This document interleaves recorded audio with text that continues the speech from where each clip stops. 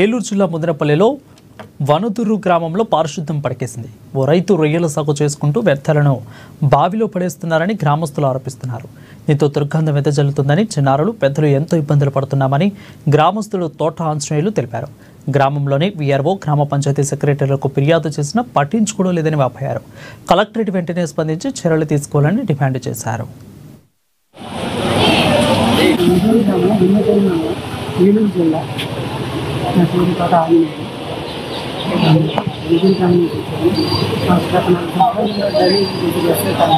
Drainage పంటకాలంలో water తగ్గుతుంది.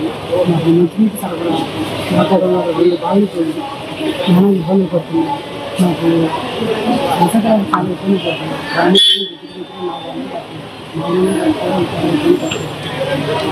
అడిగి రాయిపోవటం వల్ల మీరు కిలోమీటర్ల దూరం మంచినీళ్ళు తెచ్చుకుని కావాల్సిన పరిస్థితులు.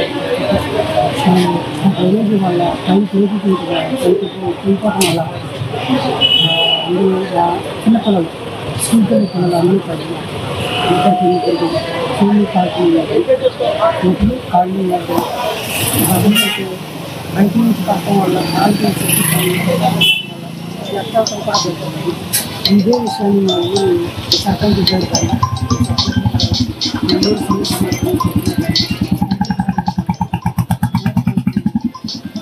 అంటే వాళ్ళకి